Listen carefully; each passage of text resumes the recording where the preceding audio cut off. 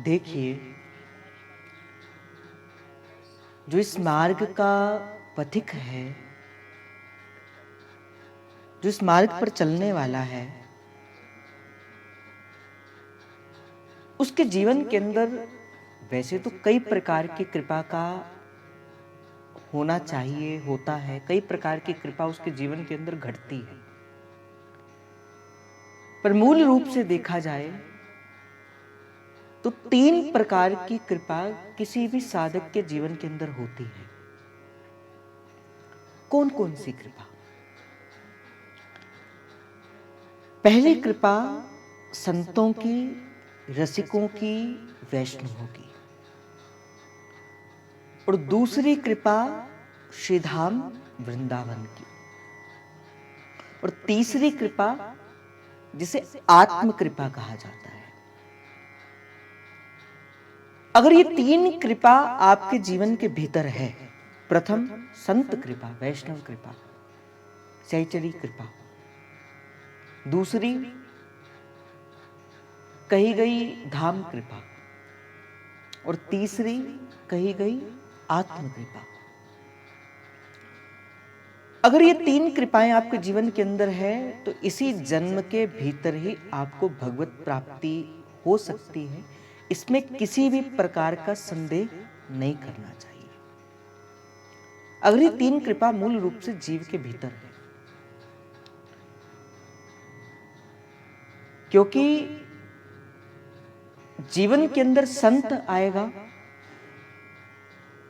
तो वो किसकी कृपा से आएगा? आप कहोगे कि प्रभु की कृपा क्यों नहीं कही? मूल रूप से तो प्रभु की भी तो कृपा चाहिए। पर एक बात मैं आपको कह दूं, संत बिन प्रभु की कृपा से जीवन में आते ही नहीं। इस बात को आप अपने जीवन में गांठ बांध कर रख लो। हो सके तो इसमें कहीं इस पंक्ति को कहीं उतार कर रख लो। अगर आपके जीवन के अंदर किसी ना किसी संत का सानिध्य है, अर्थात आपके ऊपर प्रभु की कृपा है। गोस्वामी श्री तुलसीदास जी महाराज कहते हैं, बिनु हरि कृपा मिले नहीं संता। अर्थात बिन हरि की कृपा से संत वैष्णव सहचरीगण जीवन में आते ही नहीं। अगर आपके जीवन के अंदर संत हैं, भगवत पार्षद हैं, सहचरियां हैं, अर्थात आपके जीवन के अंदर प्रभु की कृपा है। इसलिए मैंने प्रभु की कृपा को नहीं स्पर्श किया, मैंने सीधे ही जहां से भाव का प्रारंभ किया वो संत कृपा से किया, क्योंकि संत कृपा में प्रभु की कृपा निहित है। और आपके जीवन के अंदर संत हैं, सहचरियां हैं, चाहे वो किसी भी प्रकार से हैं, किसी भी माध्यम से हैं, अर्थात आपको प्रभु ने चुन लिया अपने पास आने के लिए। अर्थात प्रभु ने आपको चुन लिया अपने मार्ग के बीच में आगे बढ़ने के लिए, तभी आपके जीवन के अंदर किसी संत का सानिध्य है। तो प्रथम तो कृपा किसकी? रसिकों की, गुरुजनों की, संत जनों की, वैष्णव जनों की। और उसके बाद निवेदन किया गया दूसरी कृपा किसकी? धाम की। धाम क्या है? सबसे पहले धाम के स्वरूप को जानना अति आवश्यक है, क्योंकि जब तक वस्तुतः धाम के स्वरूप को नहीं जान पाएंगे, कैसे प्रवेश करेंगे धाम में? धाम किसी स्थान अथवा जगह का नाम नहीं है। श्री दुर्दास जी महाराज वृंदावन शतलीला के अंदर एक मार्ग पे लिखते हैं कि देवी वृंदा विपिन की वृंदा सखी स्वरूप। ये भी वृंदा सखी है। तो दूसरी कृपा किसकी है? वृंदावन की है। अनअधिकारी से अनअधिकारी जीव पर भी अगर वृंदावन कृपा कर दे, अगर संत कृपा कर दे, सहचरियां कृपा कर दे, वो अनअधिकारी से अनअधिकारी जीव भी भगवत प्राप्ति कर सकता है और प्रभु की गोद में बैठ सकता है। अनेक उदाहरण इसके, कई उदाहरण इसके भक्तों के चरित्र के अंदर चरितार्थ हैं। अनेक उदाहरण। श्री वल्लभाचार्य महाप्रभु के जीवन की एक घटना है कि जब श्री गोवर्धन नाथ ने उनको आज्ञा दी कि जाकर एक वैष्णवी के पास जाके एक वैश्या के पास जाना, और केवल जाना नहीं, अपने रथ के अंदर बिठाकर लेकर आना और उसे मेरे मंदिर के भीतर लेके आना। क्या थी वो कृपा? वो संत कृपा थी, वो वैष्णव कृपा थी। इसलिए संतों ने कहा कि भजन होता है ठीक है, नहीं होता है तब भी ठीक है, किंतु अगर धाम का आश्रय है तो भजन हो ही जाएगा। श्री व्यास जी के जीवन के अंदर क्या था? धाम का आश्रय था और महाप्रभु की कृपा थी। व्यास जी के जीवन के अंदर धाम का आश्रय था, महाप्रभु की कृपा थी, और व्यास जी ने कहा मुझे भजन करना नहीं पड़ता। व्यास भरोसे कुंवर के सुमत पाओ पसार। अब तो मैं श्री जी के बल पर श्री वृंदावन धाम की कृपा से क्या करता हूं? इस वृंदावन धाम में पांव पसार कर सोता हूं। इसलिए रसिकों ने कहा प्यारो वृंदावन हमारो वृंदावन, प्राण वृंदावन जीवन वृंदावन, प्यारो वृंदावन हमारो वृंदावन। और जैसे कहते हैं ना, सुनत फिरत चलियत यहाँ श्री राधा वल्लभ लाल। बोले वृंदावन में चलते फिरते कुछ भी करते करते बोले राधा वल्लभ लाल की। अब वृंदावन में बिहारी जी की गली में जाओ ना, अब चुप करके चलते होंगे और कोई भक्त अकस्मात ही कह देगा बोले वृंदावन बिहारी लाल की, और आपके मुख से सही सही निकल जाएगा क्या? जय। अब वृंदावन के रास्ते पर चलते भी जाओगे ना और आपने रास्ता पीछे करने किसी ने, तो आपको क्या कहेगा? राधे पीछे हो जा।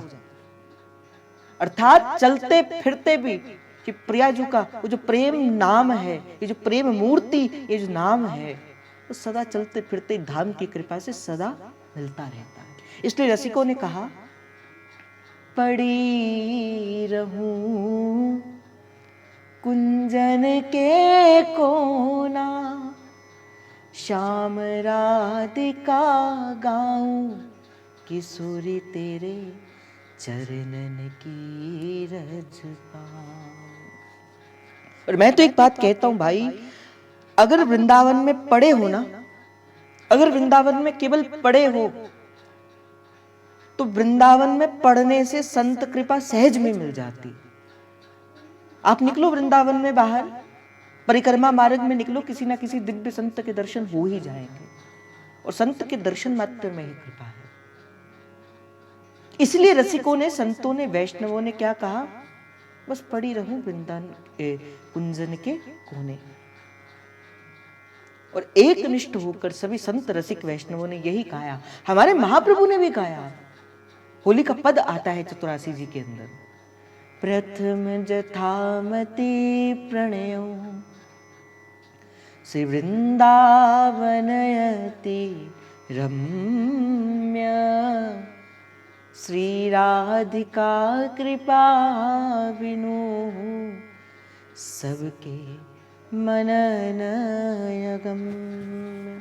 प्रथम जथामति प्रणयम श्री वृंदावन अति रम्य, और श्री राधिका कृपा बिनु सबके मनन अगम्य। जिस पर श्री जी कृपा करती वही जन जो है वो वृंदावन की परिधि के भीतर आ पाता है, वही जन वृंदावन के अंदर प्रवेश कर पाता है। तो दो कृपा मूल रूप से संत वैष्णवों के जीवन के अंदर कही गई। पहली संत कृपा, वैष्णव कृपा, रसिकन की कृपा, सहचर्यन की कृपा, और दूसरी कृपा कही गई किसकी? भक्त श्रीधाम वृंदावन की कृपा। और अगर ये दो कृपा आपके जीवन के अंदर है तो भगवत प्राप्ति में किसी भी प्रकार का संशय रह ही नहीं जाता।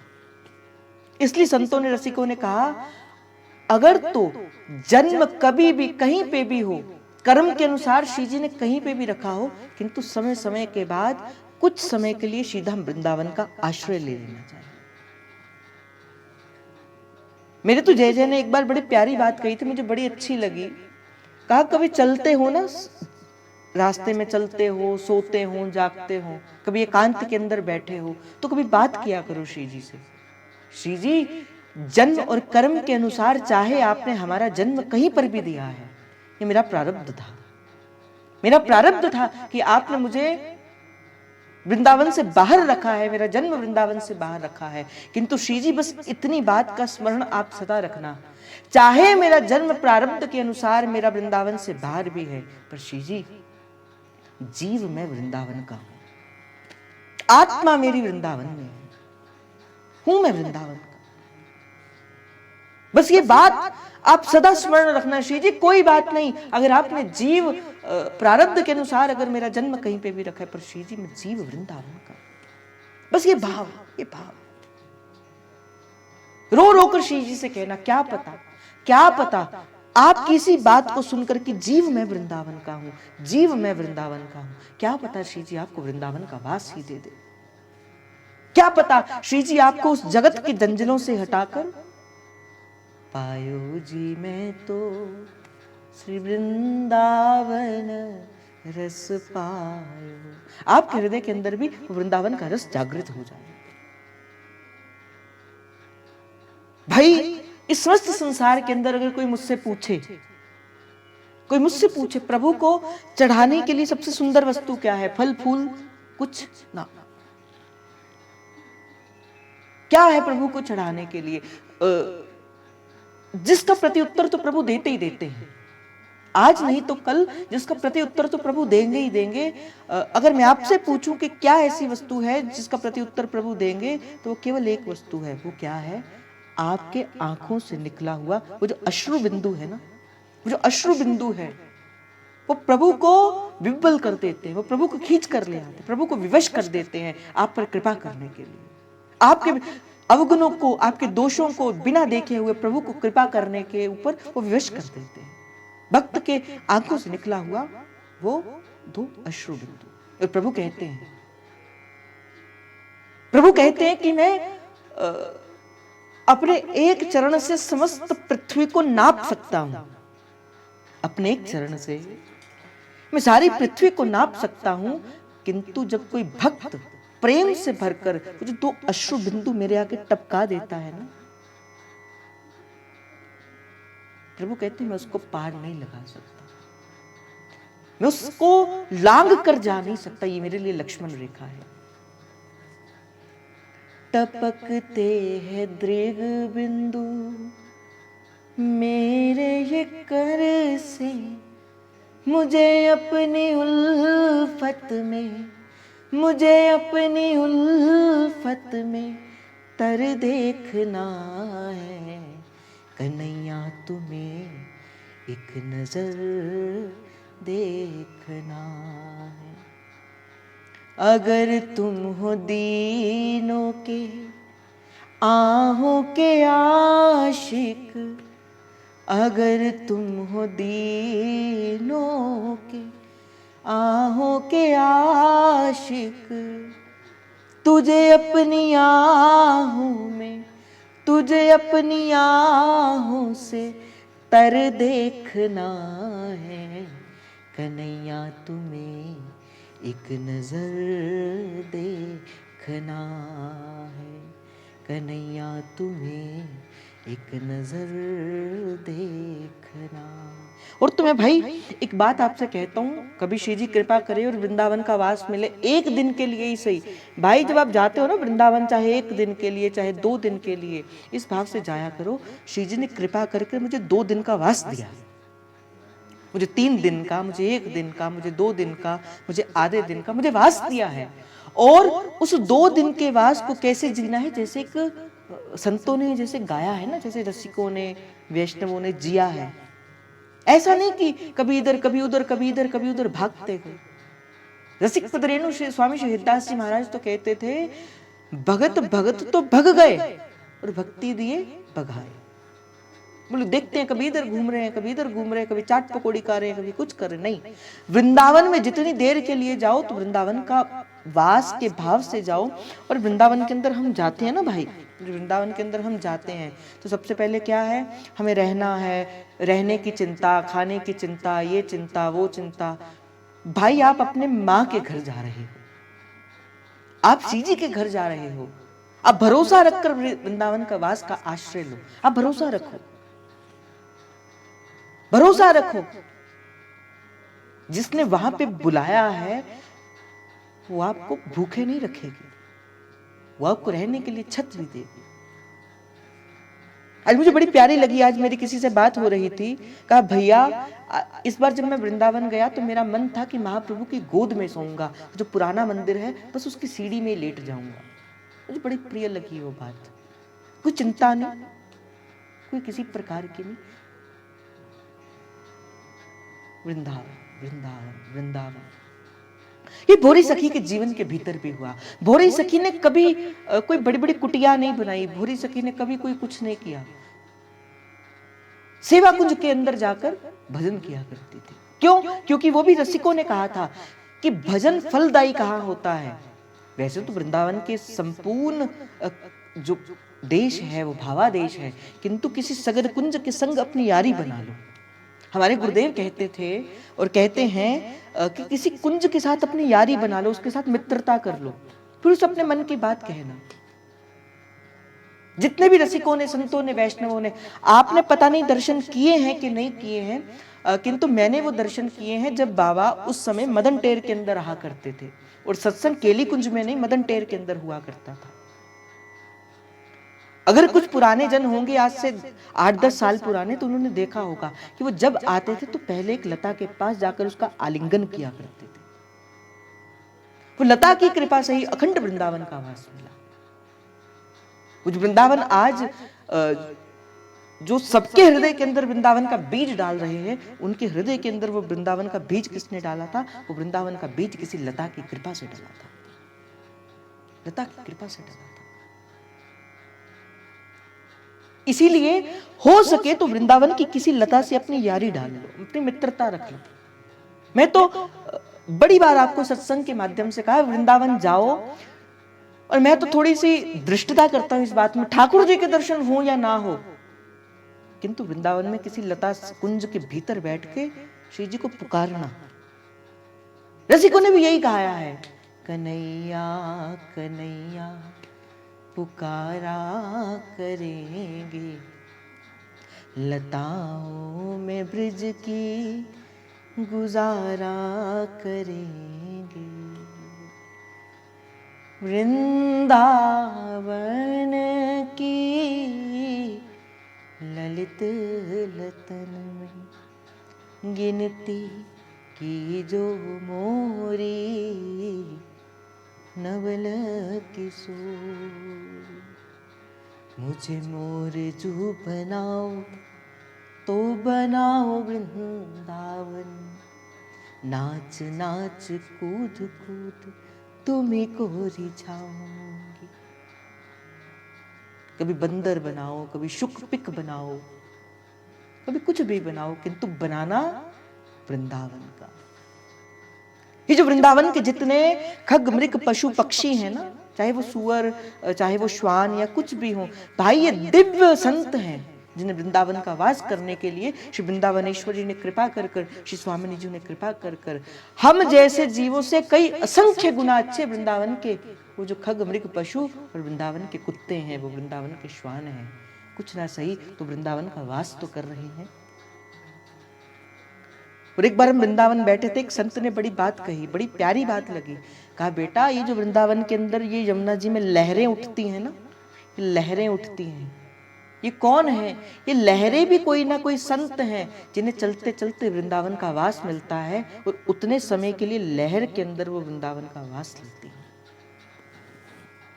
वृंदावन की एक एक लता आपको दिखने में वो लता लगती होगी, भाई वो कई कई सहस्त्र वर्षों पर तप करने के बाद वो जो ऋषिगण जिन्होंने वृंदावन का वास मांगा, वो लता के रूप के अंदर। आप भागवत पढ़ो, यमलार्जुन पर्वत, जो यमलार्जुन वृक्षों की कथा आती है, जो नंद बाबा के घर के भीतर 2 वृक्ष थे, कौन थे?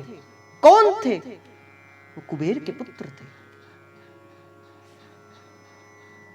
इसीलिए इसीलिए वृंदावन की लताओं से प्रेम कर लो, ये संत हैं, ये वैष्णव हैं, ये पहुंचा देंगे आपको। और प्यारी, एक मैं व्यास जी का पद पढ़ रहा था। व्यास जी कहते हैं, ये वृंदावन मेरी संपत्ति, ये वृंदावन मेरी संपत्ति, ये वृंदावन मेरी संपत्ति। मैंने नित्य प्रति सत्संग के भीतर कहता हूं, जब कोई पद गाया जाता है ना, जब कोई पद गाया जाता है, इन पदों के शब्दों को अपने साथ साथ गाया करो, गाया करो इन पदों के शब्दों को अपने साथ साथ। वस्तुता आनंद पुकारने का तो पदों के बीच में ही है।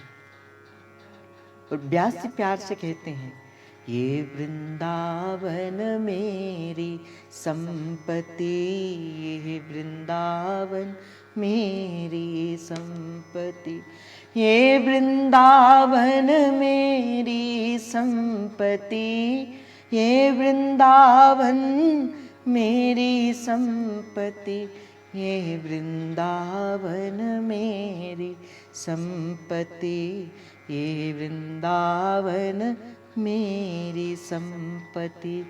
यह लोक परलोक वृंदावन मेरो, यह लोक परलोक वृंदावन मेरो। परुषार्थ परमार्थ गथु गति, परुषार्थ परमार्थ गतुरति, ये वृंदावन मेरी संपत्ति, ये वृंदावन मेरी संपत्ति। साधन साधु संतत वृंदावन, साधन साधु संतत वृंदावन, राग रंग गुण गुणो जहायति, राग रंग गुण गुणो जतायति। भक्ति भागवत वृंदावन मेरो, भक्ति भागवत वृंदावन मेरो।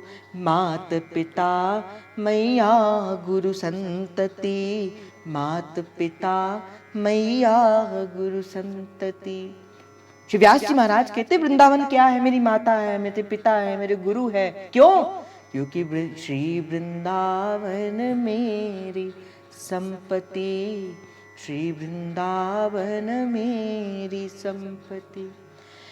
मंदिर जग मोहन मन कोठो, वृंदावन सेवा मेवा निति, वृंदावन सेवा मेवा निति।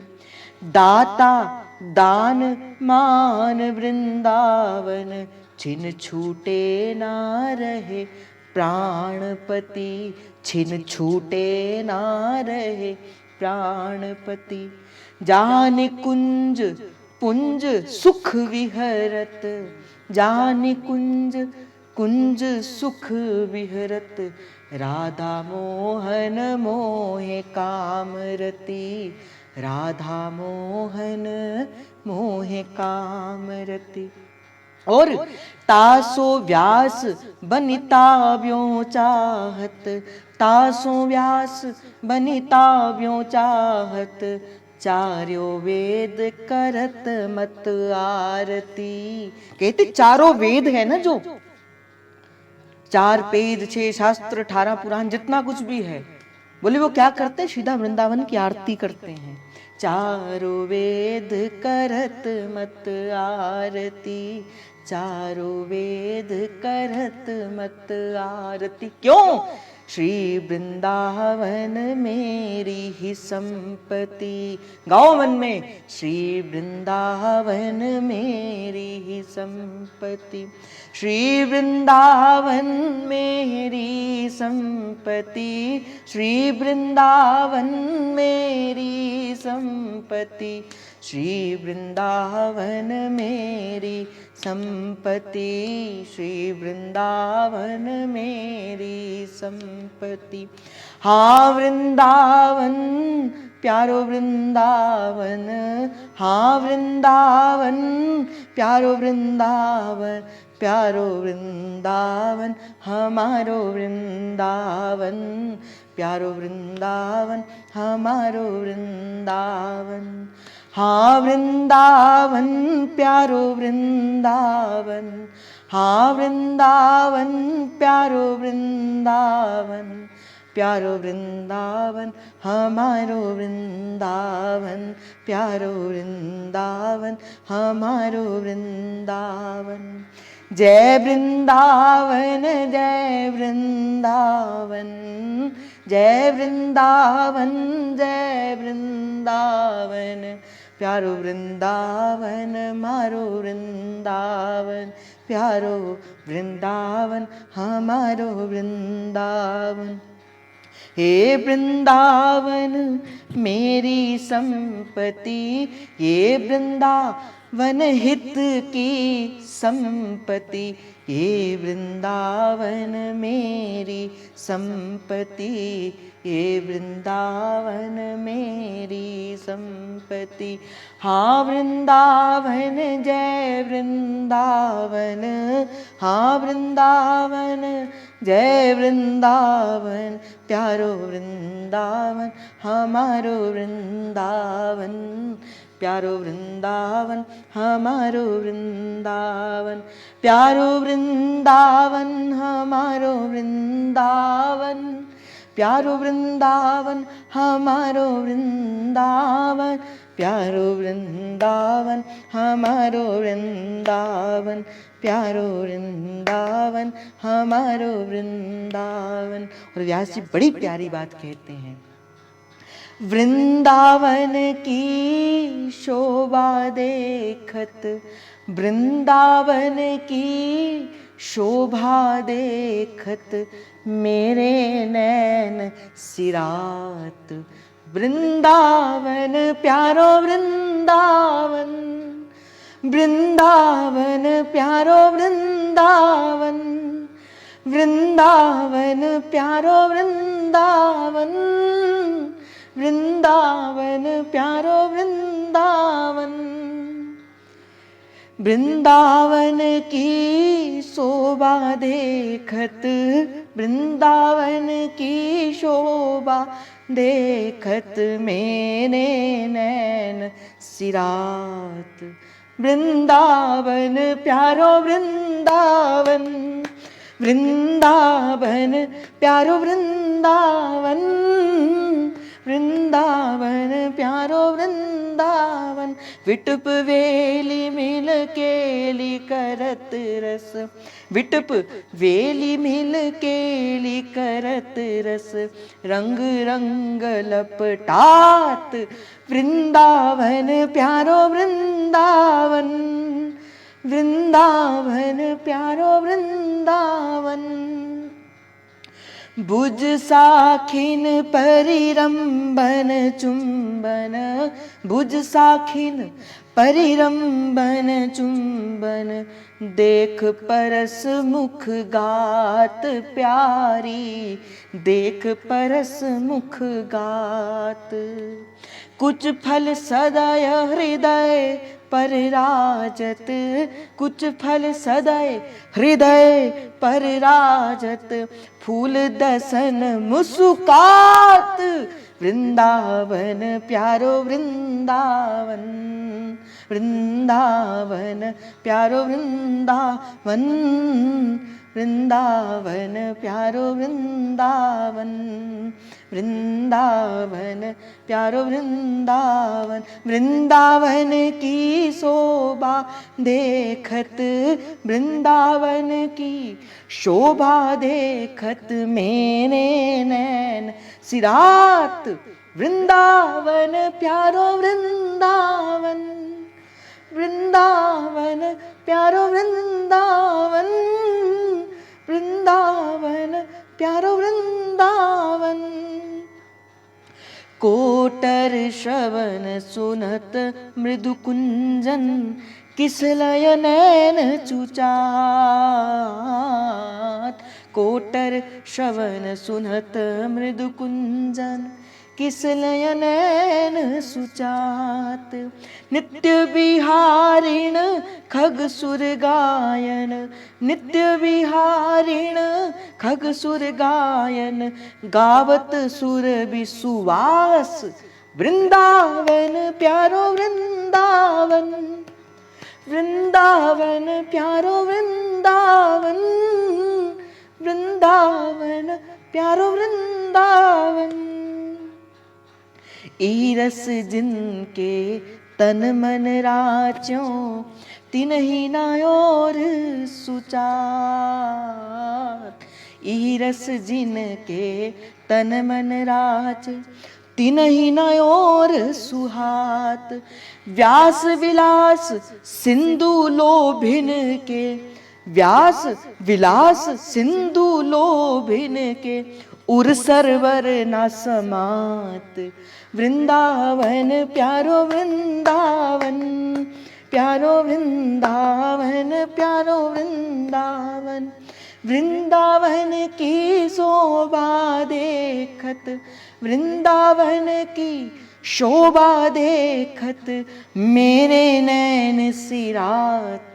वृंदावन प्यारो वृंदावन, वृंदावन प्यारो वृंदावन, वृंदावन प्यारो वृंदावन, वृंदावन प्यारो वृंदावन। क्यों? हाँ वृंदावन प्यारो वृंदावन, हाँ वृंदावन प्यारो वृंदावन, मेरो वृंदावन ओ प्यारो वृंदावन। हाँ वृंदावन मारो वृंदावन, हाँ वृंदावन ओ मारो वृंदावन। मारो वृंदावन जी प्यारो वृंदावन, मारो वृंदावन जी प्यारो वृंदावन। हाँ वृंदावन प्यारो वृंदावन, हाँ वृंदावन प्यारो वृंदावन। वृंदावन की शोभा देखत, वृंदावन की शोभा देखत, मेरे नैन सिरात। वृंदावन प्यारो वृंदावन, वृंदावन प्यारो वृंदावन, वृंदावन प्यारो वृंदावन। बोले वृंदावन बिहारी लाल की, श्री वृंदावन धाम की, श्री यमुना महारानी की, श्री वृंदावन रजरानी की, समस्त संत हरि वैष्णव वृंद की, समस्त सहचरी वृंद की, श्री वृंदावन धाम की जय जय श्री राधे, जय जय श्री राधे, जय जय श्री राधे। तो कृपा किसकी है? कृपा किसकी है? वृंदावन की। जिसके जीवन के अंदर वृंदावन कृपा करता है, जिसके जीवन के अंदर वृंदावन ये प्रेम जन्य कृपा करता है, पीड़ा को प्रकट करता है, फिर उसका मन बिना वृंदावन के रह नहीं सकता, फिर उसका मन बिना वृंदावन की कृपा से रह नहीं सकता। फिर तो कुछ भी हो ना, मुझे तो बड़ा प्यारा लगता है। अब छुट्टी भी पड़े, कुछ भी हो, कैसा भी हो, कहाँ चलेंगे? वृंदावन प्यारो वृंदावन, वृंदावन प्यारो वृंदावन। और एक बात मैं आपको बता दूं, अगर आपका मन अभी वृंदावन में भी लगता है ना, अगर आपका मन अभी वृंदावन में भी लगता है और आपका मन अभी चाट पकौड़ी में भी लगता है और अभी आपका मन टीवी सिनेमा में भी लगता है, घूमने में भी लगता है, शिमला आदि कहीं और पे भी लगता है, तो अभी वृंदावन का संपूर्ण रस आपके हृदय के अंदर आया नहीं। क्योंकि जिसके हृदय के अंदर वृंदावन का रस आया, फिर उसने वृंदावन से वो बाहर निकला ही नहीं। रस किसके हृदय के अंदर आया? महाप्रभु के हृदय के अंदर। ओरछा नरेश ने तो कहा, व्यास जी एक दिन के लिए ही सही, पर चलिए कहां पर? ओरछा चल पड़िए। व्यास जी ने कहा नहीं, ये कि वृंदावन तो मेरे मात पिता सुर बंधु हैं, ये मात पिता सब कुछ हैं और मेरे तो गुरु भी हैं। इसीलिए कि वृंदावन कौन है? वृंदा सखी है। हम जो तिलक लगाते हैं ना ब्रज का, ये सखी की छांव में रहते हैं हम। ये जो वृंदावन की रज का हम तिलक लगाते हैं, ये वृंदा सखी की छांव में रहते हैं। सखी ने इतनी कृपा करी, हमारे पास मस्तक तक तो आ गई, अब लाडली जो और कृपा करेगी, हमें हो सके तो वृंदावन का वास भी दे देगी वृंदावन का वास। ये रज सामर्थ्य रखती है हमें वृंदावन का वास दिलाने के लिए। हमारे प्रारब्ध से मिले ना मिले हम नहीं जानते, पर कृपा से तो वृंदावन का वास मिल ही सकता है, प्रसाद से तो श्री धाम वृंदावन का वास मिल ही सकता है। परम पूजनीय श्री मलुक पीठाधीश्वर परम पूजनीय प्रातः स्मरणीय श्री राजेंद्र दास जी महाराज के जीवन की एक घटना है कि एक किसी ज्योतिषी ने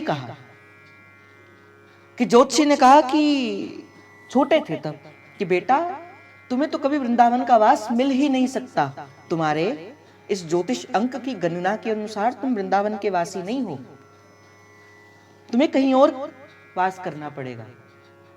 और महाराज जी ने कहा मैं तो निकल भी पड़ा था, कुछ ऐसा मेरे जीवन के अंदर घटना घटी, अभी भी YouTube के अंदर वो वीडियो होगी, कहा कि तुम्हारे जीवन के अंदर कुछ ऐसा होगा कि तुम वृंदावन छोड़कर चले जाओगे। तो उन्होंने कहा कि सत्य में ऐसे जीवन की घटना घटी, मेरा मन कहता था कि मैं वृंदावन से भाग जाऊं और मैं भाग गया। पैरों में चप्पल नहीं, एक गमछा सा पहना हुआ, एक वस्त्र पहने हुए और चला गया श्री वृंदावन की श्री यमुना जी के कूल में जाता कहां जाऊंगा ये भी नहीं पता था। तो कहते एक संत में एक सेठ मिले, कहां रहते थे? दिल्ली के थे। तो कहा महाराज कहां जाते हो? तो उन्होंने कहा पता नहीं। तो कहा महाराज चलो हमारे साथ दिल्ली चलो, थोड़े दिन रहना और फिर वापस आ जाना। कहते मेरे मन में भी पता नहीं क्या आया, मैं चला गया दिल्ली। कहते फिर दिल्ली गया, फिर दिल्ली से उनका प्रोग्राम बना, हमें अमरनाथ ले गए। कहते पैसे जेब में एक पैसा भी नहीं और वो सेठ हमें लेकर अमरनाथ चला गया। खूब ठाकुर जी का यश गान हुआ, भजन हुआ, सब कुछ हुआ। फिर वापस आए, हमारे जेब में पैसे डाले, हमें नए वस्त्र दिए, पादुका दी और कहा बाबा पुनः वृंदावन चलिए। फिर वृंदावन आए और कहते हैं गुरु की कृपा से, श्रीधाम वृंदावन की कृपा से फिर अखंड वृंदावन का वास पाया।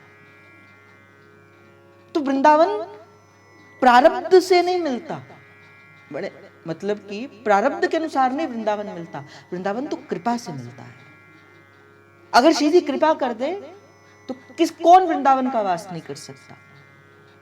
और जिस पर श्री जी कृपा नहीं करती वो तो ब्रजवासी होकर भी बाहर जाते हैं, वो तो ब्रजवासी होकर भी बाहर रहते हैं।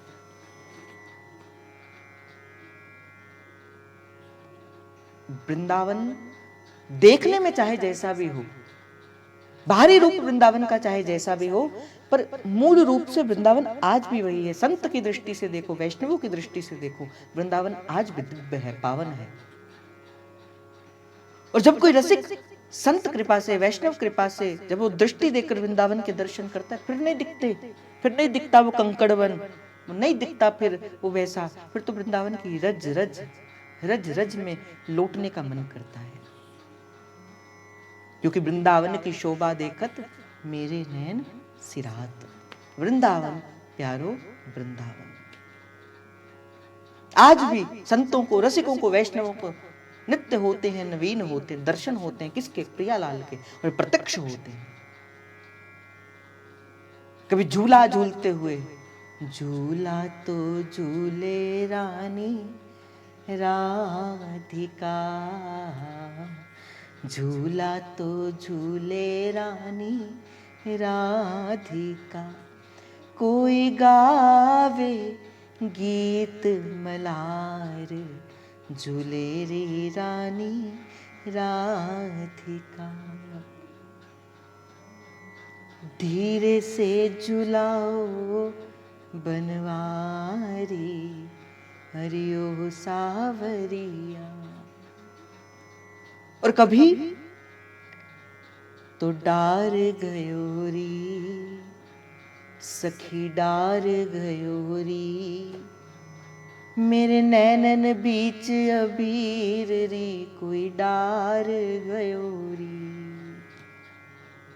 डार गयो री सखी डार गयो री, मेरे नैनन बीच अबीर री कोई डार गयो री, समझ सकी ना मैं तो याब, समझ सकी ना मैं तो याब। बोले मैं समझ नहीं सकी, मेरे आंखों के अंदर रंग, मेरी आंखों में रंग कौन डाल गया। बोले फिर पता लगा, अरे वो तो हलदर जू को वीर री कोई डार गयो री, अरे वो तो हलदर जू को वीर री सखी डार गयो री, वो डार गयो री सखी डार गयो री, ओ मेरे नैनन बीच अबीर री सखी डार गयो री। और मैं आपको एक दिव्य बात बता दूं, और बड़ी गोपनीय बात है। अगर वृंदावन जाओ और कहीं वृंदावन में रास बिहारी बिहारनी जो मिल जाए ना, वृंदावन में रास बिहारी बिहारनी जो कहाँ पे मिलेंगे, जैसे जो रास लीला होती है ना, जब ठाकुर जी ने मुकुट धारण किया है, जब श्री जी ने चंद्रिका धारण करी है, कहीं आपको अगर वृंदावन में रास बिहारी बिहारिणी जो मिल जाए, अगर हो जाए कभी घटना, ये प्रत्यक्ष रूप में अगर दर्शन मिल जाए, हो सके तो चरणों में गिर जाए, हो सके तो श्री जी से कहना, श्री जी मुझे वृंदावन का वास दे दो, आप कहोगे तो मुझे मिल जाएगा। और अगर चंद्रिका धारण किए हुए श्री जी ने और मोर मुकुट धारण किए हुए ठाकुर जी ने आपको वृंदावन के वास का आशीर्वाद दे दिया, तो ब्रह्मा में भी कलम में वो ताकत नहीं कि उस रास बिहारी बिहारनी जी के आशीर्वाद को आपके प्रारब्ध से काट दे, नहीं है ताकत। रास बिहारी बिहारनी जू अगर कभी दर्शन हो जाए वृंदावन के अंदर, बरसाने के अंदर बिहारी बिहारनी जू के, उसे प्रत्यक्ष रूप से प्रिया प्रियतम मानना, क्योंकि ये परिपाटी किसी और की प्रारंभ नहीं थी। जब सेवा कुंज, जब रास मंडल का प्रादुर्भाव हुआ, जब महाप्रभु श्री हरिवंश महाराज ने रास मंडल में श्री जी को विराजमान किया, उस समय पहली बार दुनिया के अंदर ये रास बिहारी बिहारनी जू आए थे। उस समय महाप्रभु ने ये रास बिहारी की पद्धति को प्रारंभ किया था। आज अगर आपको पता होगा, आपने अगर वो सुना होगा, परम पूजनीय श्री केली कुंज वाले महाराज जी जब काशी के अंदर रहते थे अपने, तो उस समय जिस कारण से उनका वृंदावन आगमन हुआ ना, वो कारण कोई और नहीं था, वो रास बिहारी बिहारनी जी के कारण ही हुआ था। और परम पूजनीय श्री राम शर्मा जी महाराज, उनका निकुंज गमन अभी 3 वर्ष पहले हुआ है, जिन्हें हम पिताजी कहा करते थे, पिताजी कह के संबोधित किया करते थे। उनके जो पुत्र हैं अभी बड़े प्यारे हैं, उनका नाम है श्री कुंज बिहारी दास, उनका नाम है कुंज बिहारी दास। श्री राम शर्मा जी के जो पुत्र हैं, अभी वो रास मंडली चलाते हैं। अभी मलुक पीठ के अंदर उनकी हुई थी, फिर केली कुंज के अंदर भी उनके कई बार जो है वो रासाचार्य हैं। मेरे जीवन की घटना है, मैंने आपको बताया भी था, अभी 2 महीने पहले की घटना है। प्रिया प्रियतम आए, और जब प्रिया प्रियतम आए तो मेरे मन के अंदर था कि आज जब रास का प्रारंभ हो, क्योंकि मैंने रसिकों से सुना है कि वो प्रत्यक्ष रूप से ठाकुर जी हैं, प्रत्यक्ष रूप से प्रिया प्रियतम हैं, क्योंकि जब चंद्रिका धारण की जाती है, मोर मुकुट धारण किया जाता है, फिर उनमें उस बुद्धि को नहीं रखना चाहिए कि वो कोई बालक बालिका हैं। ये उस समय रासाचार्य जी महाराज ने भी कहा कि जब हम मोर मुकुट धारण करके रासमंडल पे विराजमान होते हैं, हम उनकी इत्र से सेवा करते हैं, हमारी उनमें बालक बालिका बुद्धि नहीं रहती, प्रिया प्रियतम की बुद्धि रहती है। तो जब रास का प्रारंभ होना था, तो मेरे मन के अंदर आया कि महाप्रभु के एक पद से रास का प्रारंभ हो। कौन सा पद? आज गोपाल रास रस खेलत पुलिन कलप तरु तीर री सजनी। तो मेरे मन के अंदर था, और ये वही प्रिया प्रियतम थे जिनके दर्शन करके शिव बाबा वृंदावन के अंदर आए थे, वही प्रिया प्रियतम थे। और श्री जी ने बड़ी कृपा करी, इस दीनहीन को उनको स्पर्श करने का, उनके हाथों में इत्र लगाने का, उनके चरणों पे इत्र लगाने का सुंदर अवसर श्री जी ने दिया। बड़ी कृपा करी श्री मेरी लाडली जी ने। हाँ, मैंने, कोई मुझसे कहे कि क्या कभी श्री जी का स्पर्श किया है, तो मैं कह सकता हूँ कि हाँ, मैंने लाडली जी का स्पर्श किया है। अष्ट सखियों का स्पर्श किया तो मैं कह सकता हूँ हाँ, मैंने अष्ट सखियों का स्पर्श किया है। श्री जी के चरणों का स्पर्श किया तो मैं कह सकता हूँ हाँ, मैंने श्री जी के चरणों का स्पर्श किया है। तो मेरे मन में था कि इस भाव से वो भाव प्रारंभ हो, रास का इसी पद से प्रारंभ हो। मैंने साथ वाले, मेरा गौड़ी संप्रदाय का मेरा एक मित्र था, मैंने उससे कहा कि मैं जाकर कहूं कि ये पद गाया जाए, इस पद से रास का भाव हो।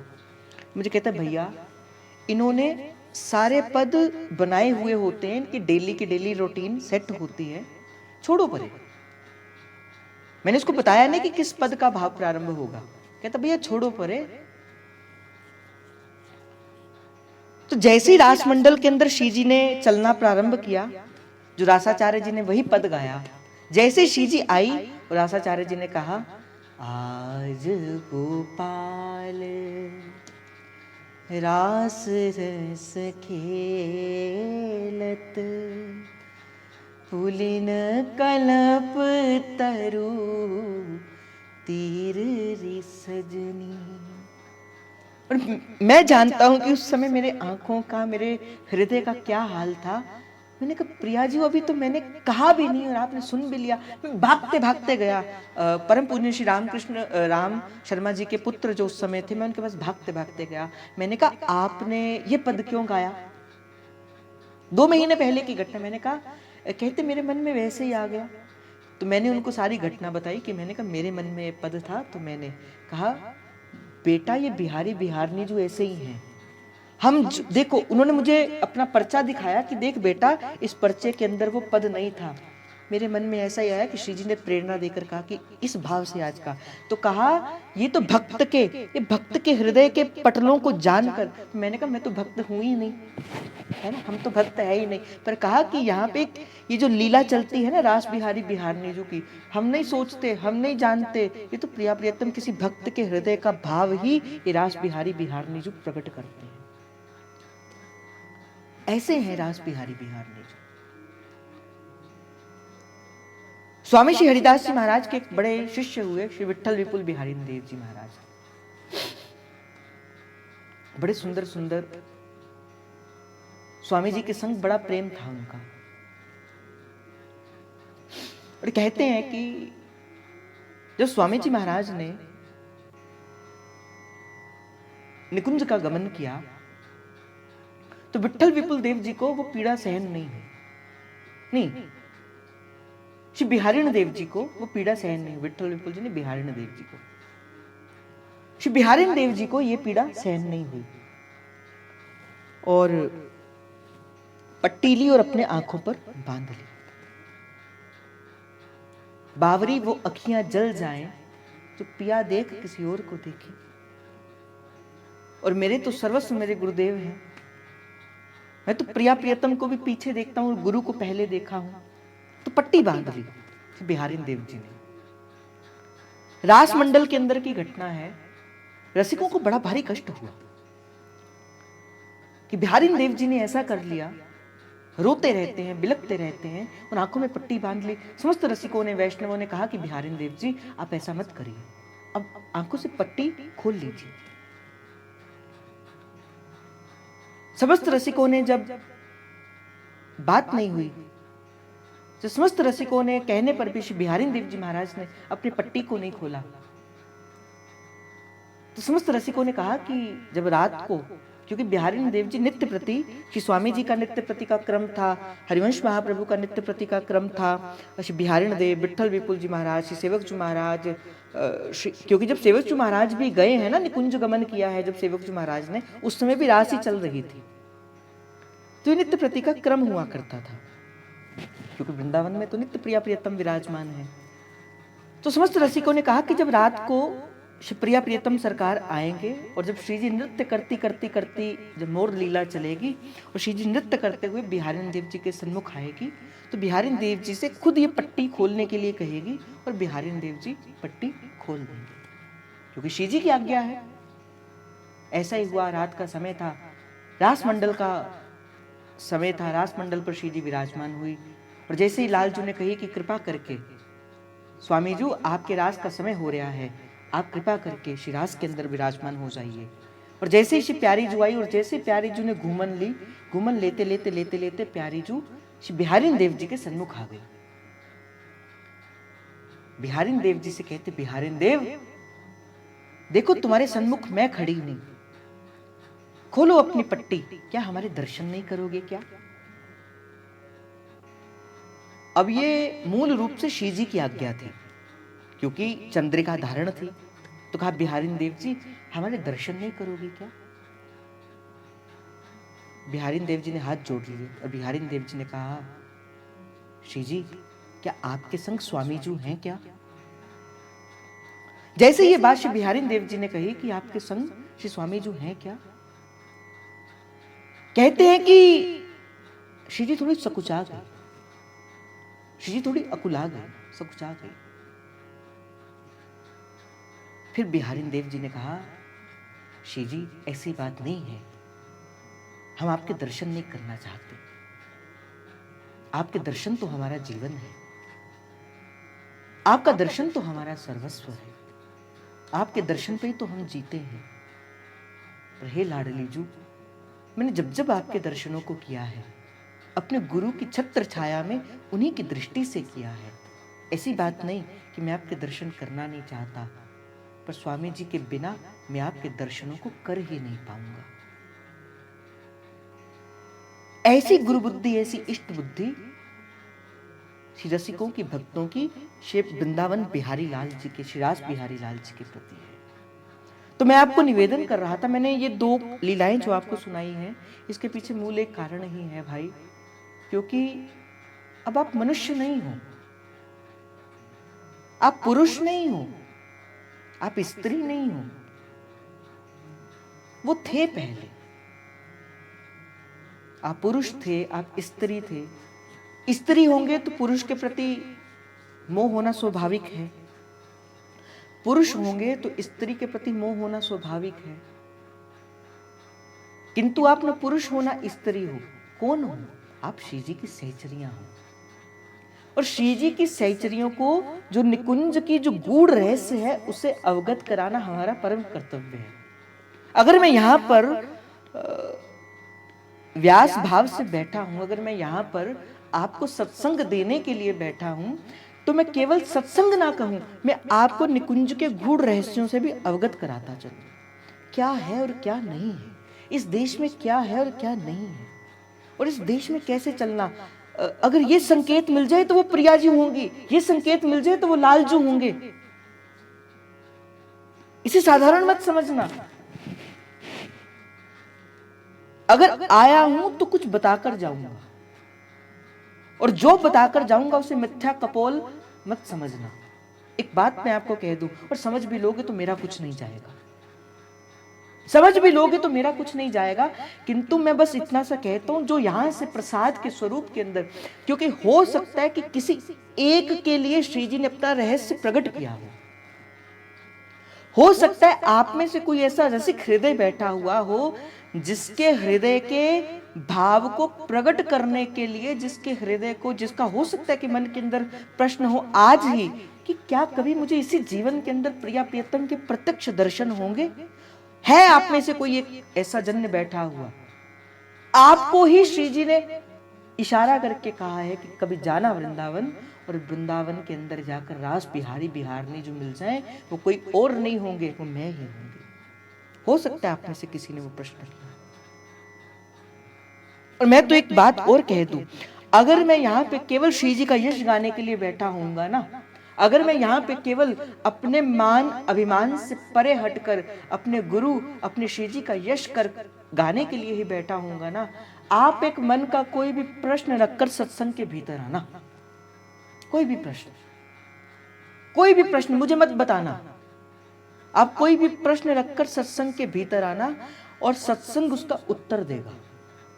अगर ये सत्संग होगा तो, ये मैं खुला चैलेंज करता हूं इस चीज को, अगर ये सत्संग है मान अपमान से परे होकर केवल श्री जी का यश गाने के लिए, केवल आचार्य का यश गाने के लिए, अगर ये सत्संग है तो आपके प्रश्न का उत्तर सत्संग देगा और अवश्य देगा। इसीलिए बड़े भाव से भोरी, मैं तो देखो भाव चल रहा है भोरी सखी का, किंतु श्री जी ने आज भाव को स्पर्श भी नहीं करने दिया। क्यों? क्योंकि श्री जी कहते हैं कि भोरी सखी की वृंदावन की निष्ठा जानने से पहले जान तो लो वृंदावन क्या है, फिर ही तो भोरी सखी के भाव में।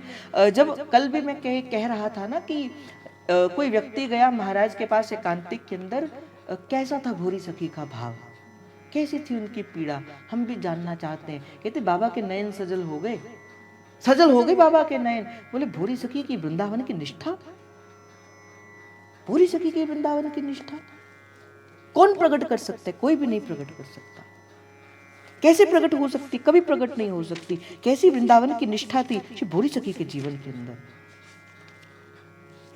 वही भोरी सखी, बड़ा सुंदर एक पद यहाँ पे भोरी सखी लिखती है, अगर मुझे मिल जाए तो, श्रीधाम वृंदावन के प्रति श्री भोरी सखी का पद है। जय जय वृंदावन वृंदावन वृंदावन, जय जय वृंदावन वृंदावन वृंदावन। बड़ा सुंदर पद है। भोरी सखी कहती है, श्री वृंदावन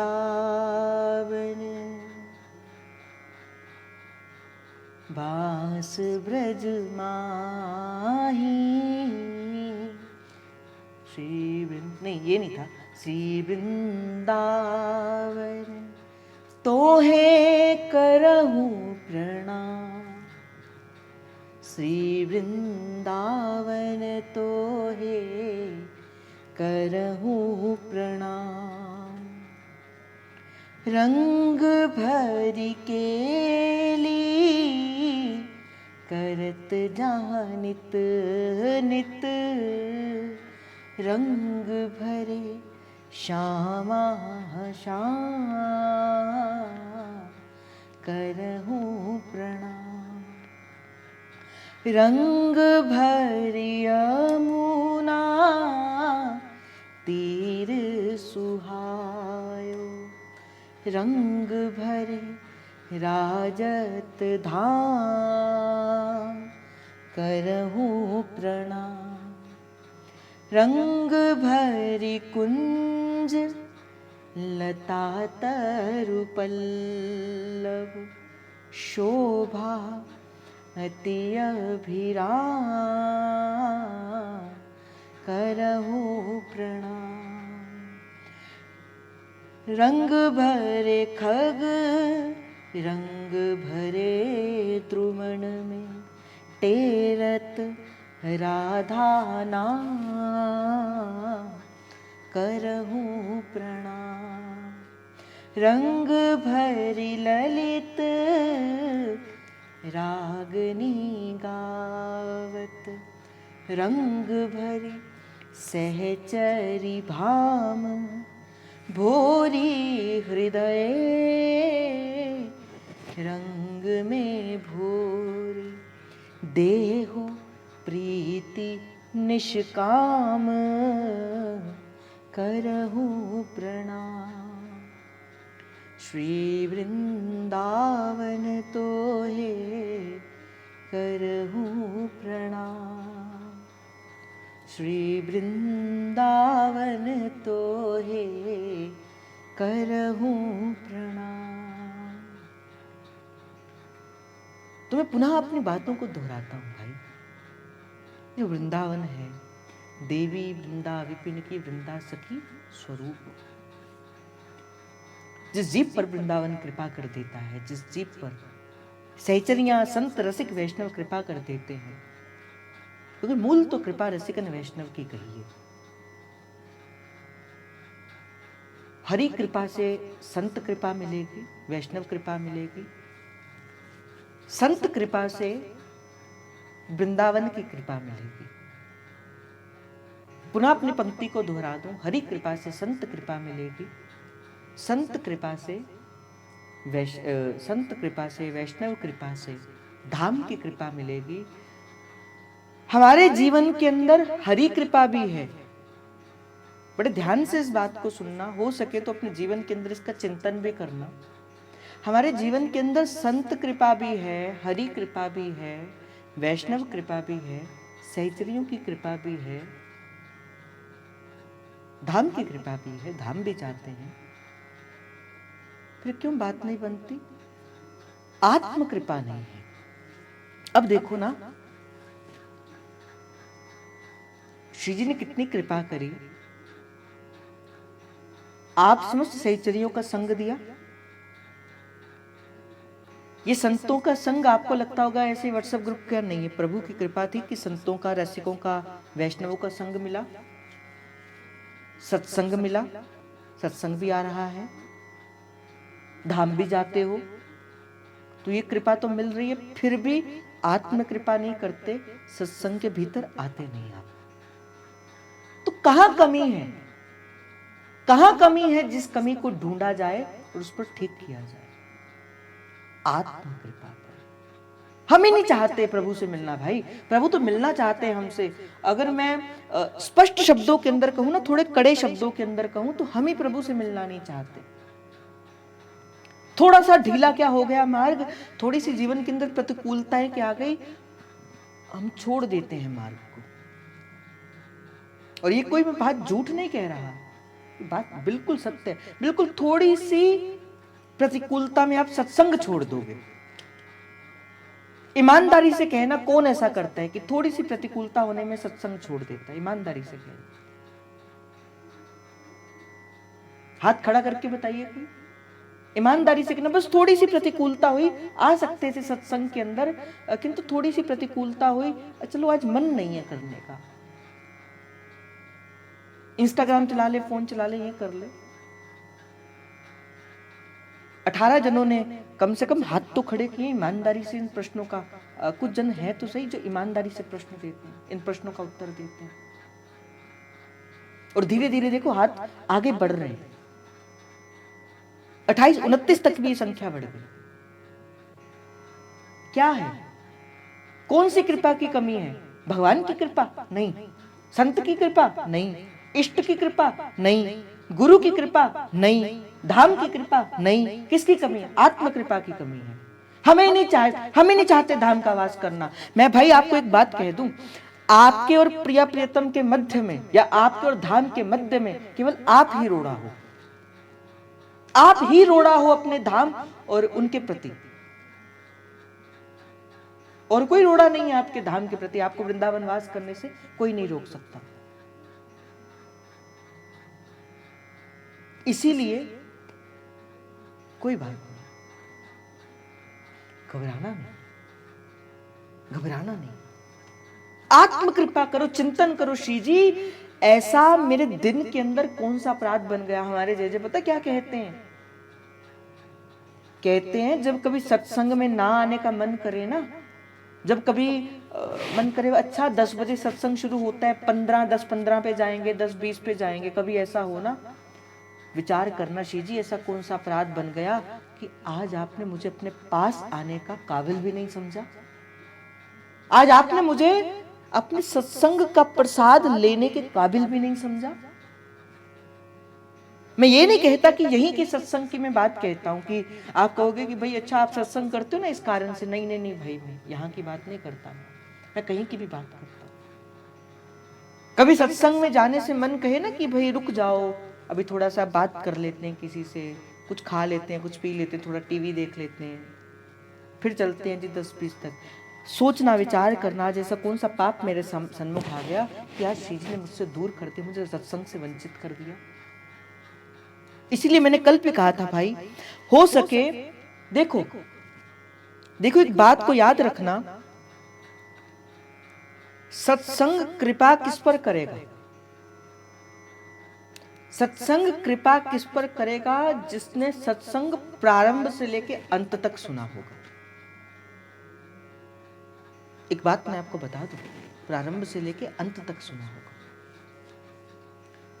जो उस समय सत्संग के रूप के अंदर शुक मुख बैठा है, जो उस समय से व्यास बैठे हैं, उनके आने से पहले श्रोता का कर्तव्य है कि उनके आने से पहले आए, और हो सके तो बैठकर सत्संग सुने, और हो सके, मर्यादा तो ये कहती है कि सर को ढककर सत्संग सुने। मर्यादा तो ये कहती है, मर्यादा ये कहती है आसन लेकर सत्संग सुने, नीचे आसन बिठाकर सत्संग सुने। मर्यादा तो ये कहती है नीचे बैठकर आसन लगाकर सत्संग सुनना। देखना फिर क्या आपको ऐसा लगेगा, अच्छा मैं वृंदावन के अंदर, अभी तो क्या है ना, बेड के ऊपर बैठे हैं, वही खा रहे हैं, वही पी रहे हैं, वही कुछ है, वहां पे कुछ है, वहां पे कैसा भी है, पर वहीं पे बैठ के सत्संग सुन रहे हैं। चलो गृहस्थी होकर कल को लोग ना बोले तुम ज्यादा ही करती हो, किंतु हो सके ना, अगर हो सके अगर, तो बैठकर सत्संग सुना करो। आप में से चलो हाथ खड़ा करके बताओ कौन बैठकर सत्संग सुनता है? कौन बैठकर बिल्कुल तरीके से बैठकर सत्संग सुनता है? ईमानदारी से बात को बताना। श्री जी देख रही हैं। केवल 20 जन, केवल 20 जन बैठकर सत्संग सुनते हैं। भाई सत्संग हो रहा है, खेल नहीं हो रहा, मजाक नहीं चल रहा है। यहां पे श्री जी की बात की जा रही है। ऐसे मिलेंगे श्री जी? आप अपना थोड़ा सा कंफर्ट से बाहर नहीं निकल सकते, आप थोड़ा सा अपने शरीर को तपा नहीं सकते, और बिन तपाए आपको सत्संग मिल जाएगा, आपको कृपा मिल जाएगी? कभी नहीं मिलेगी, कदापि नहीं मिलेगी। और केवल 20 जन, केवल 20 जन। हाँ, अगर ठीक नहीं है, शरीर सही नहीं है, तो लेट सकते हो। जिनको कोई बीमारी है या कोई ऐसा है, वो इस कारण से लेटे, वो हाथ खड़ा करिए। नहीं आप रखिए अपने, नहीं तो जिनको, हाँ चलो चलो कर लीजिए आप नीचे करके। या जिनको कोई बीमारी है, या वो ठीक नहीं है, बीमार है, या वो केवल वही हाथ खड़ा करिए, केवल कि वो कि जो नहीं बैठ सकते हो। 19 जन वो थे जो बैठकर सुनते थे। जो बैठकर सुनते थे वो हाथ खड़ा उतार दीजिए, वो अपना हाथ वो पीछे कर लीजिए। और 16 जन ये हैं कि जो ठीक नहीं है, और 19 और 16 35 जन। बोले 100 में से 35 जन, तो 75 जनों को क्या है दिक्कत? आप बैठकर सत्संग नहीं सुन सकते। क्यों? क्योंकि हमें सत्संग का आदर नहीं है, शरीर को तपाना नहीं आता। जब ब्रह्मदेव आए ना, जब ब्रह्मदेव को पता नहीं लगा कि मैं कौन हूं, कैसे संसार की रचना करूं, कैसे करूं, तो उस समय आवाज सुनाई दी, तप करो ब्रह्मदेव, तप करो, तप करो उसको। अगर तप जीवन के अंदर तप नहीं होगा तो उल्टा होगा। तप का उल्टा क्या होता है? तप, उल्टा होगा पत, अर्थात पतन हो जाएगा। बोले मुझे तो एक बार किसी संत ने, मैंने कहा बाबा मुझसे सुबह उठा नहीं जाता, मुझसे सुबह उठा नहीं जाता, और कड़े शब्दों में डांट कर मुझसे पता क्या कहा था बाबा ने?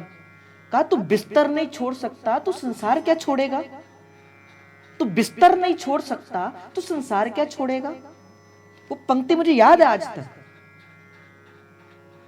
तू संसार का मोह क्या छोड़ेगा? तू अपना मोह क्या छोड़ेगा? तू तो बिस्तर नहीं छोड़ पाया।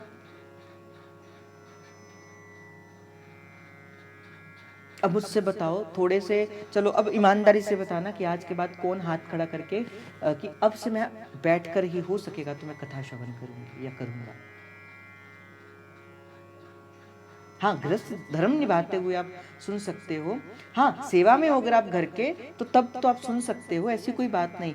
बैठकर इंदा मतलब कि देखो, अगर कोई परिस्थिति ऐसी, अब देखो आप बैठकर कथा सुन रहे हो, आपके घर वाले बोले क्यों ऐसा करती, वो अलग से बात है। किंतु ये मैं उनके लिए कह रहा हूं जो अनुकूल तो है, जिनके लिए बैठ के कथा सुनना, किंतु वो बस मजे मजे के अंदर। क्योंकि ये क्या है, मैं क्यों आपको, देखो ये हितजू का गुरुकुल है, ये हितजू का गुरुकुल है, इसीलिए देखो जिनको कोई, देखो किनके लिए माफी है, जिनको कोई भी प्रॉब्लम है, अर्थात जिनको बैक पेन है, बीमार हैं, उनके लिए फ्री है। मतलब कि आप लेट कर भी कथा सुन सकते हो, आपको कोई अपराध नहीं। बालक लेट कर भी कथा सुन सकते हैं, उनको कोई अपराध नहीं। बीमार लेट कर भी कथा सुन सकते हैं, जिनको हड्डियों की प्रॉब्लम है या कोई भी है, वो लेट कर भी कथा सुन सकते हैं, उनको अपराध नहीं। जो श्री जी की सेवा में है, घर गृहस्थी की सेवा में है, वो भी अपनी सेवा करते करते कथा सुन सकते, उनको भी अपराध नहीं। अपराध किसको लगता है कि जिनको ना कोई प्रॉब्लम, ना कोई कुछ, ना कोई गृहस्थी, ना कोई कुछ, पर बस मजे से आराम चाहिए इस कारण से, तो वो चीज नहीं। अब देखना कल तक बड़े जाने आएंगे ही नहीं इसी कारण से। क्यों? क्योंकि मैंने थोड़े से कड़े शब्दों में इन चीजों को कहा। पर ऐसा मत करो, संत कृपा है, हरि कृपा है ना? संत कृपा है, हरि कृपा है, धाम कृपा है, किंतु किसकी कृपा नहीं है? आत्म कृपा नहीं। देखो मैं फिर बार बार कह रहा हूं, जिनको कोई भी प्रॉब्लम है उनके लिए कोई दिक्कत नहीं है, जिनको किसी भी प्रकार की पीड़ा है उनके लिए कोई दिक्कत नहीं है। मैं बार बार इस बात को कह रहा हूं, जिनको गृहस्थ का काम है, जिनको पीड़ा है, उनको कोई दिक्कत नहीं है। मैं उनके लिए वो शब्द थे कि वो है ना, देखो भाई मैं आपसे पैसे लेकर नहीं बैठता, ना मुझे आपसे कभी पैसे लेने की इच्छा है ना? श्री जी मुझ पर कृपा करे, लाडली जू ने अगर मुझे देना होगा तो दे देगा अपना ही, और कुछ करना होगा तो कर देगा। आप सत्संग सुनोगे, आपको लाभ मिलेगा, आपको धाम का वास मिलेगा, मुझे नहीं मिलेगा, आपको धाम का वास मिलेगा, आपको श्री जी का प्रेम मिलेगा। श्री जी आपको अपने प्रेम जन्य गोद में बिठाएगी, मुझे नहीं बिठाएगी, आपको गोद में बिठाएगी। किंतु थोड़ी सी, अब देखो संसार में भी एग्जाम देना हो ना, किसी क्लास का, डॉक्टर बनना हो तो जैसे एग्जाम देना पड़ता है, आईएएस करना हो तो एग्जाम देना पड़ता है, 12th करनी हो एग्जाम देना पड़ता है, तो पढ़ना पड़ता है, थोड़ा सा मेहनत करनी पड़ती है। तो ये जीवन का एग्जाम है, ये जीवन का एग्जाम है, इसमें भी थोड़ी सी मेहनत करनी पड़ेगी, गुरु शब्दों की, गुरु आचरण की, गुरु कृपा की, संत शब्द की। मैंने कल भी आपको एक वचन कहे थे, बताओ कल का वचन भी किसी को स्मरण है कि नहीं है? बताओ कल का वचन किसको स्मरण है कि नहीं है? लिखकर बताओ मुझे, कल कौन सा वचन कहा गया था? लिखकर बताओ अगर किसी को स्मरण है तो। शायद मुझे नहीं लगता किसी को स्मरण भी है। कल कौन सा वचन यहां से कहा गया था?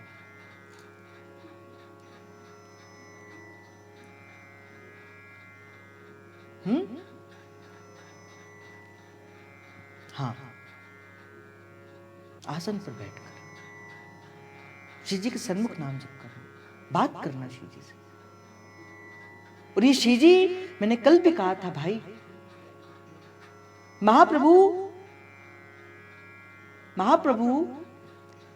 जब प्रिया प्रियतम सरकार को प्रसादी पवाते थे ना, मैं आपको बात बताऊं, महाप्रभु जब प्रिया प्रियतम सरकार को प्रसादी पवाते थे, आपको क्या लगता है कि राधा वल्लभ लाल जी के विग्रह के आगे भोग रखते थे?